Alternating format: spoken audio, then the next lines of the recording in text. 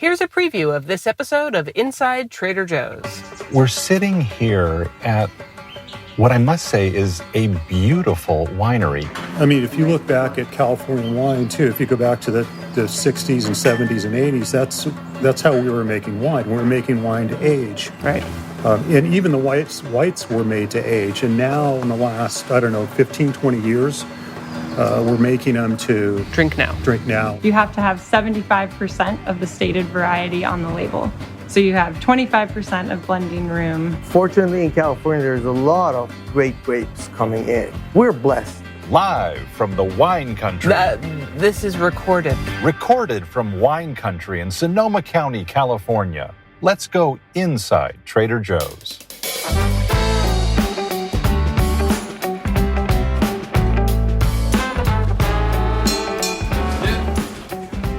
I'm Tara Miller, Director of Words and Phrases and Clauses. And I'm Matt Sloan, the marketing product guy. And I'm Pat. Pat is our special guest co-host, our tour guide here in wine country, and the crew member who represents Trader Joe's with many of our wine suppliers. It's a dirty job, but somebody's got to drink it. Do it. So where are we, Pat? We're visiting a winery that I have to keep. Remember, what's the first rule of Podcast Wine Trip? Don't talk about the podcast wine trip. We joke, but there's a reason we're not going to divulge our location or even give the full names of the people we're meeting today. Where we won't disclose their names because they do a lot of business with other people. If we say who they are, and then we offer this great price, the other folks they do business with are going to want that same great price, right? And they might not understand all of the other pieces of work that go into us being on the receiving end of such a great price. Exactly. The setting of this winery is just absolutely breathtaking. That beauty is deliberate. This winery has an identity. It's built and it needs to maintain, and that identity manifests itself in brands that they make and sell and put onto store shelves all over the place. Now, Trader Joe's private label wines with Trader Joe's on the actual label, they're made at places just like this. In fact, this winery has made many of those wines for us. The cost structure is different because in a Trader Joe's brand, that private label, it's absent. It's without all of those marketing costs, the brand building identity work that takes time and is expensive. We take on all the marketing and all the branding identity, and the companies with whom we're working, they just get to focus on making great stuff. In this case, amazing wines. This winery that we have had relationship with for a number of years and have had a number of great projects has invited us over because they have some wine samples. Okay. We're kind of fortunate, very fortunate, I think, to be surrounded by winemakers, which is a great place to be sitting. I'm Rami, and I'm the assistant winemaker. Courtney, and I'm the owner of Winery. We're going to bleep the names. We won't reveal any information that shouldn't be revealed. My name's Leslie, and I'm the winemaker at the winery. I'm Brian. I work with this particular winery to bring wines to the marketplace specific to Trader Joe programs. Today, what we thought we'd start with is the 2020 Napa Valley Cabernet that your panel approved. Okay. And so maybe you can talk about the 2020 vintage. Yeah, it was a great growing season. The spring was nice and warm, and then a nice hot summer. So it was fairly early than normal. So we had no green characteristics or anything like that. And we're really happy with the quality level that we're getting from across the board, mountain fruit as well as valley, flora, and Napa.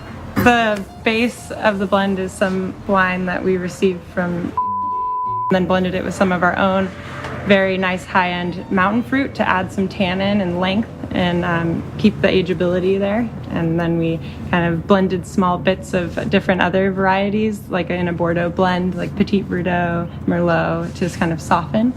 And then we put it down to barrel, and we're checking on it now. So a lot of people might just think, oh, it's only Cabernet Sauvignon. It's only this one type of grape. But you talked about blending. What are the rules about blending, and how do you use blending? I'd love your thoughts on that. You have to have 75% of the stated variety on the label. So you have 25% of blending room to augment wine and match flavors and do things like that. And then beyond that, it gets very complicated with vintage percents and all sorts of things. It's all just to prevent people from abusing what we want to say on the label. You know, you want to be true to the consumer and tell them that this is a 2020 Napa Valley Cabernet Sauvignon. But, you know, as the French do and many other Europeans have blended for centuries. So this is a thing that we should be allowed to do, but keep it honest. Sure. So you have the truth in labeling part of it, but then you also have, as a toolbox or a spice rack or any other analogy anyone wants to make, some flexibility there. Yes. In the United States, we generally label wines by their varietal, but like not so in France or in Spain or in Italy. Is there a reason? I think a lot of it is because in Europe, it's like in France, different wines come from different regions, so different regions grow things better than others.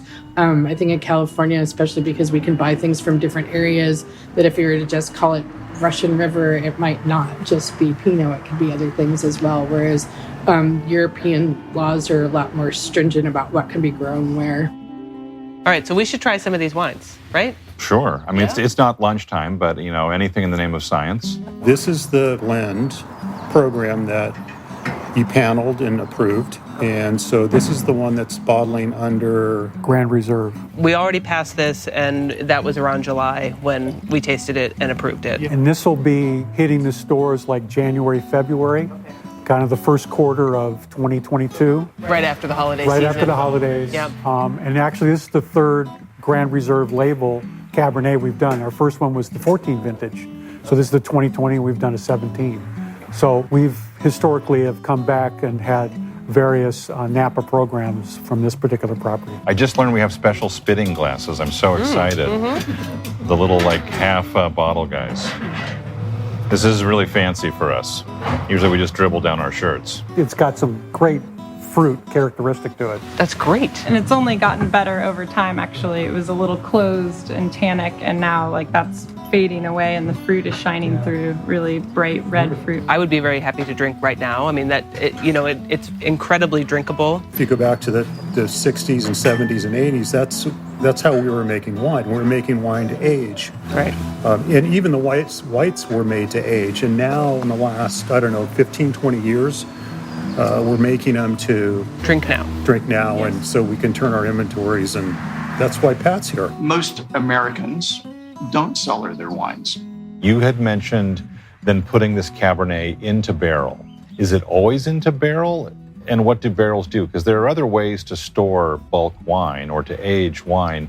What was it about this wine that made you say barrels are the way to go? After pressing off the skins, you put it down to barrel to let it go through malolactic fermentation and then age in oak. And so that's where you're picking up all the lactones and all these nice compounds that come from different types of oak, French and American, that add tannin, add some maybe sweetness, add length. That it's a very traditional method to make Cabernet. I have a trivia question. Is French oak really from France, or is it just a name? It has to be. It has to be from France. Absolutely. Okay. And there are various Limousin oak, various forests that it comes from and sourcing.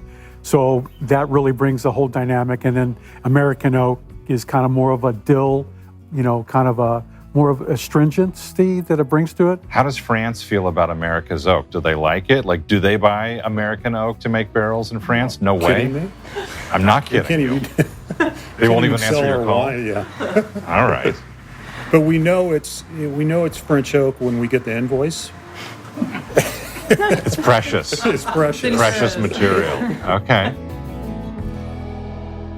What's now in this new glass? This is a blend that we put together as a possible follow-up. This is smelling very different from the first wine. More valley floor versus mountain influence, so definitely a little bit even more approachable, a little heavier on the oak even. The valley that you're talking about is the Napa Valley? Yes. Can you describe your basic expectations between those two parts of the valley and what kind of impact it would have on grapes or maybe on Cab specifically? So typically the mountain fruit tends to be bigger, a little more tannic.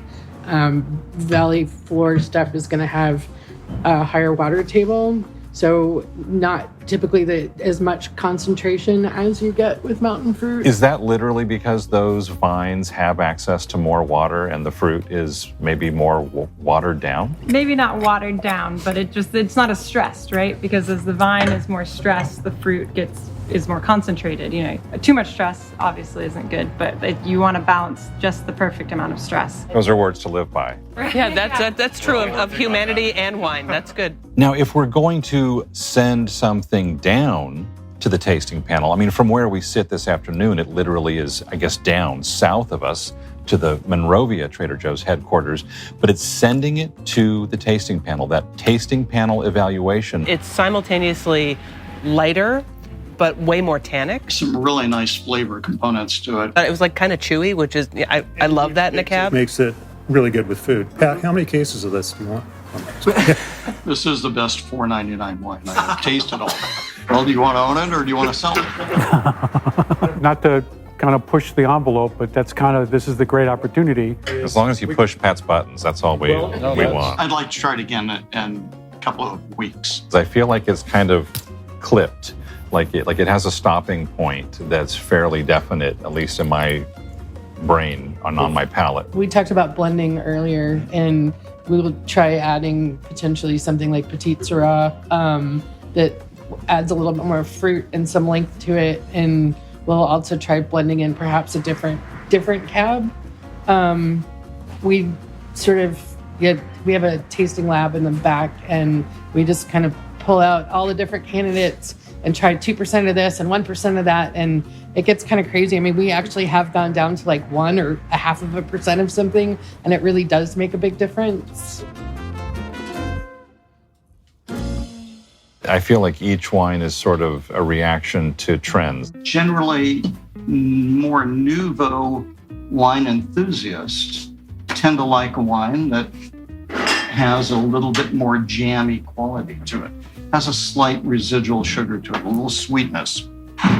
The older, more senior generation, such as myself, tend to like wine that has a little bit more of a chewiness to it. With red wine, there's so many, I don't know how else to describe them, really sweet offerings in the marketplace. And what is that all about? I mean, some people say that grapes grown in California are necessarily sweeter. They have a higher sugar content. I have no idea if that's real. Maybe it depends. Well, there's the adage that the consumer always says they like dry, but they really drink sweet. So to that point, to further your question, answer it, is that the generational palate is stepping into the different varietals now. Red blends is a stepping stone to get them to drink Cabernets, Merlots, and so on. One thing I think that's really cool about what's happening now, and that Trader Joe's does a really good job of, is accessibility of wine. So we're being able to share high quality wines and maybe introductory sweeter wines to people at such a great price point. It's forever been the place that I recommend people to go check out for that reason. 2020 is an annus horribilis, as they might say. Why was it a bad year? Because everything caught on fire. But did everything? Or, I mean, lots of stuff burned, and I certainly do not mean to make light of what happened.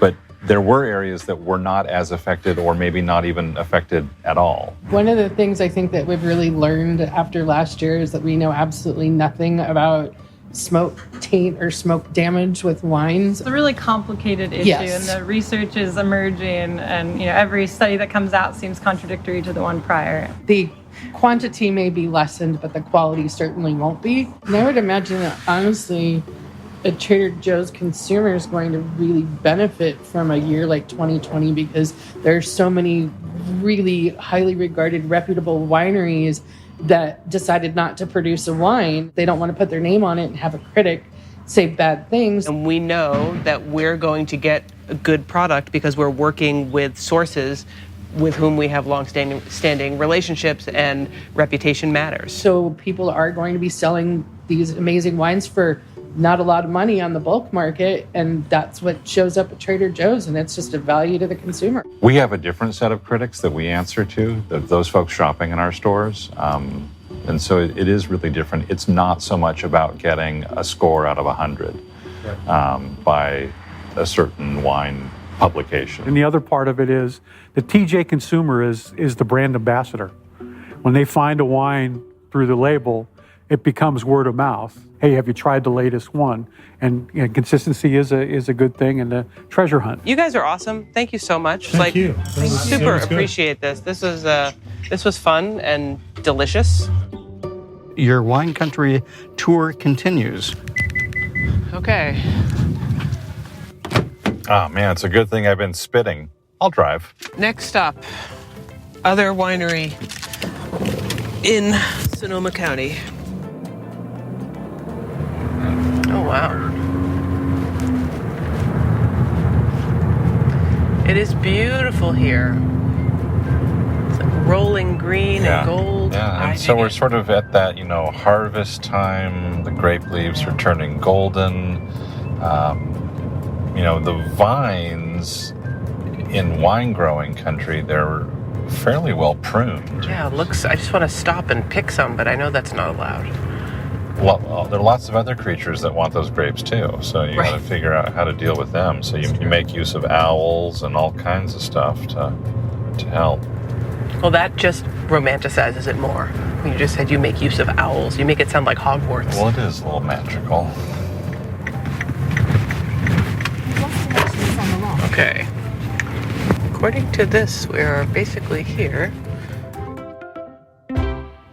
My name is Roy, and I'm jack of all trades, master of none. And how long have you been working with Trader Joe's on wine projects? 35 years, I would say. My name's Terry, and I help wake the wines. Bob, and I'm a winemaker also. And you are the master winemaker here. I've been doing it for a long time. For Roy and I, when we've been working together, my whole goal is to make the wine taste good. As long as somebody, a customer, takes it, tastes it, and say, oh, that's good, then I've succeeded. You're making wine for other people. And if any artist, how are you going to balance your own style such that the consumer would understand and appreciate it?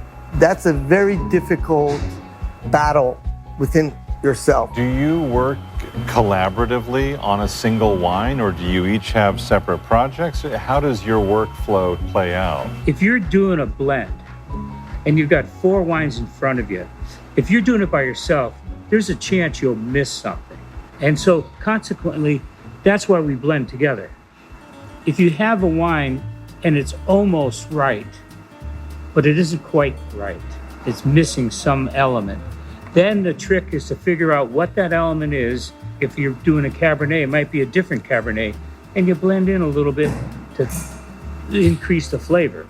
Or you put some wine that had a little oak aging on it, put that in there. So that's kind of what we do, is just take something, ideally something that's pretty good to start with, and then just keep making it better. You don't have to be a genius to make a great wine out of great grapes. But you got to be genius to make a good wine from a bad grape. So fortunately in California, there's a lot of great grapes coming in. You want hot days and cold nights. That means the difference between temperature should at least be 20 degrees.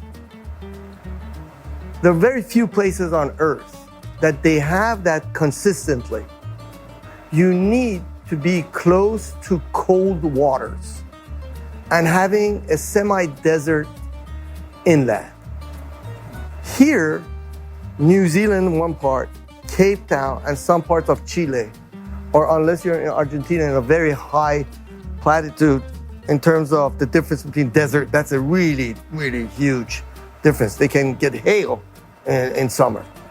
In all these areas, you have very, very these microclimates, which is good for Pinot Noir. You go 20 miles inland, it's great for Syrah. You go 20 miles inland, then Cab. In Europe, they have vintages. In California, they say, which year was great?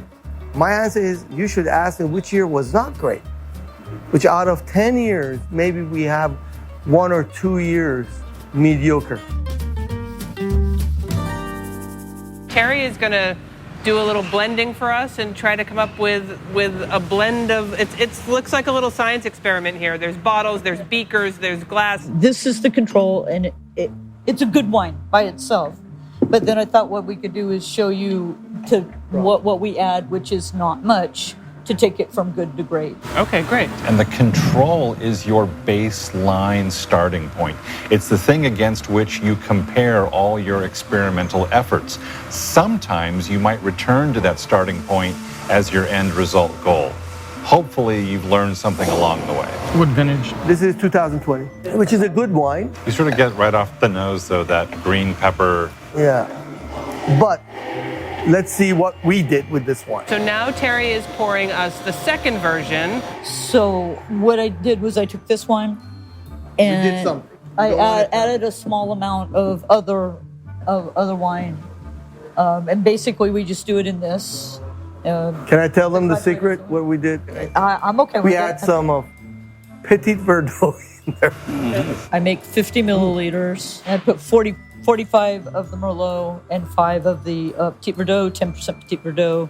Keeps it Monterey County. So still keeping it a Merlot, still keeping it Monterey. Oh, but you see it automatically in the color. You see it's just a little richer Petit Verdot. color-wise. Yeah.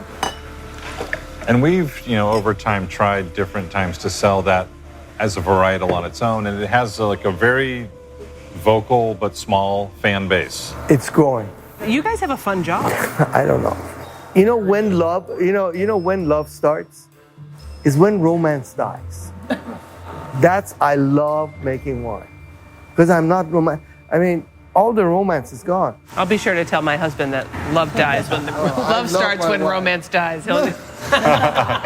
Bob, it's very, very nice to meet you. Thank you so much for chatting with us. Matt, we've learned a lot here in California's wine country. I feel a little bit like Huell Hauser. And our California listeners will actually get that reference. Everybody else, you'll have to search YouTube. Hey, Matt, I have an idea. Maybe next time we do a podcast wine tour to... Around the world. We can start in Italy. Go to France. The Loire Valley is nice. Burgundian regions. Okay. How about South Africa? Well, I think we should. Okay. If you enjoyed this podcast, make sure you get the next one. It'll be about Trader Joe's holiday products. So hit that free subscribe button. It is free and worth every penny. Until next time, thanks for listening. And thanks for listening.